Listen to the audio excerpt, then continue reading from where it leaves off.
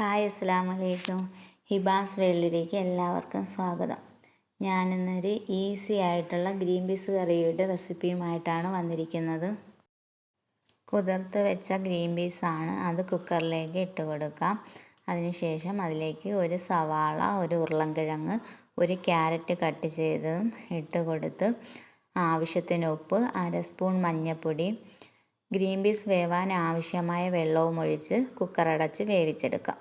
ഒരു ബൗൾ തേങ്ങ സ്വല്പം വെള്ളമൊഴിച്ച് നന്നായി അരച്ച് മാറ്റി വെച്ചിട്ടുണ്ട്.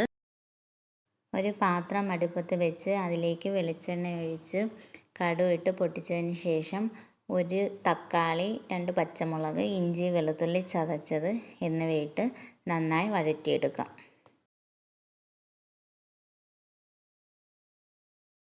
ഗ്രീൻ പീസും ഉരുളൻകിഴങ്ങും ക്യാരറ്റും ഒക്കെ നന്നായി വെന്ത് കിട്ടിയിട്ടുണ്ട്. ഞാൻ 3 വിസിലാണ് കേൾപ്പിച്ചിട്ടുള്ളത്.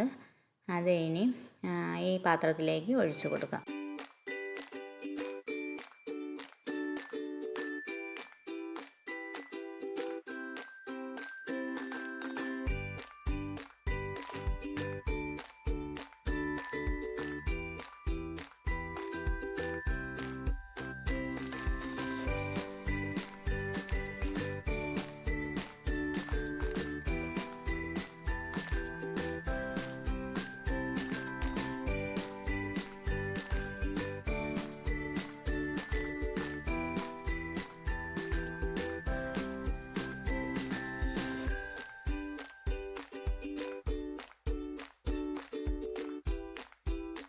അര സ്പൂൺ കറി മസാലയും കറിവേപ്പിലയും ചേർത്ത് കൊടുക്കുന്നുണ്ട്.